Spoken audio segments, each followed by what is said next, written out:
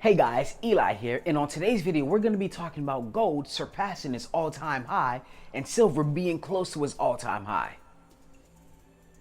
Or is it? What if I told you that gold did not pass its all-time high and silver is nowhere near its all-time high? Then what would you say? Well then, Eli, I'll say you're vaping too much, because I can clearly see the charts and it shows that gold passed its all-time high and silver is close to its all-time high. I don't even know what you're talking about. Okay, cool. Let me take a look at that chart that you have right there. Well, I don't think that's going to change anything, but here you go. All right, let's take a look here. Oh, I see the problem here. Let's take this and add that right there. Now, take a look at it again. All right, let's see. Oh, okay. You may be onto something there, Eli. I see. Okay. And let's start now.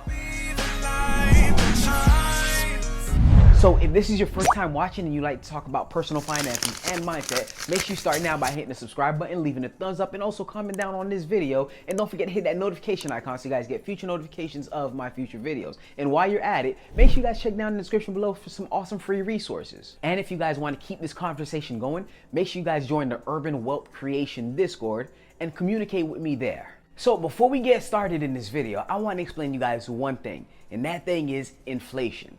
What was $2,000 back in 1980 or even in 2011 is not $2,000 today. What I could have bought is probably, okay, it is the same $2,000, but what I could have bought with that $2,000 back in 1980 or 2011, I can't buy with today.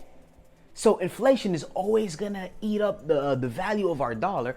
And recently, of course, I've been saying this over and over again, with the recent Fed's actions actually printing more money, there's gonna be a time where the money's even more devalued. So in that case, if we're talking about gold and silver, the price that gold and silver was back in 2011, if we factor in inflation, it's way more than the dollar value that it is today. So with that in mind, let's look at some charts here. So right here, you can see the silver prices without inflation. And this is how the chart looks. It looks like it first starts off with cities and then it transforms into mountains. Now, if we look at silver in 1980 with inflation adjusted into it, you can actually see the true price of silver around 1980 was $119.44. $119. And I actually looked at this chart 2 years ago or sometimes last year, and it was $115. So that means inflation, we lost about $2 to $4 worth of money from 2 years ago until today. And the price is just going to keep on rising. So now if we take a look at gold prices without inflation, this is how the chart looks. Around 1990, you can see the price of gold was about $377.69. And this was around 1990. But let's look at gold's all-time high in 1980, all right? With inflation adjusted, of course.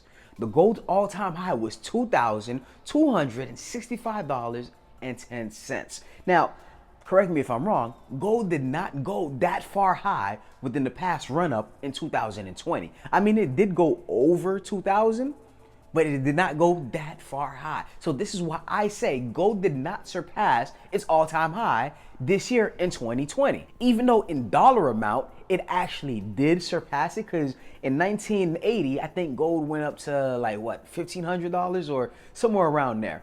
And in 2011, gold was at $1,900. But if you factor that with inflation today, it's actually above $2,000. So if you add inflation to the value of the dollar when it comes to gold prices, in 1980, gold prices were $2,665.10, which is the highest.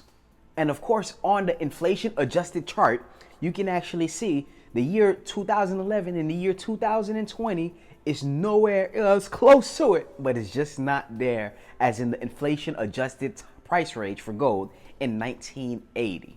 So if we're looking at silver prices in 1980 with the price of inflation adjusted into the price value of the dollar, is actually $119. All right, $119 back in 1980. But so far, we only seen silver go up to $35 within this year of 2020, of course.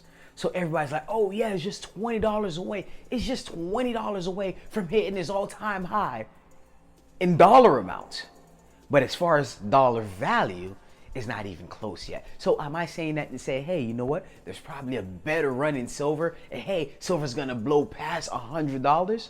Well, if silver's ever to hit its true all-time highs, then yes, of course. That's what I'm saying. But I'm not saying that that's gonna happen anytime soon. I'm just letting you guys know when you're stacking, these are stuff that you should pay attention to. These are stuff that you should know. When I first read this chart, I was like, hey, hold up. I don't remember silver ever going beyond $100.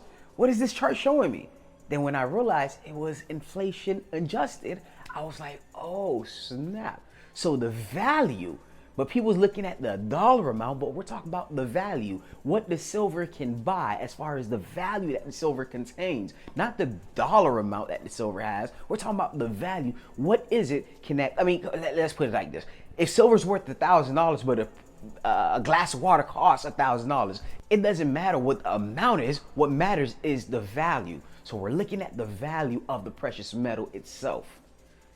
So, of course, dollar amount close to its all-time high, but as far as value amount, it's nowhere near it. And that's all I had to say. I want to know what you guys think. Comment down below and let me know. But that's pretty much all I got for you guys right now. Make sure you guys hit that thumbs up if you enjoyed this content. And also hit that subscribe and hit that notification icon so you guys get future notifications of my future videos. Yes, this video is over, but the conversation does not have to be. Make sure you guys join the Urban Wealth Creation Discord and chat with me there.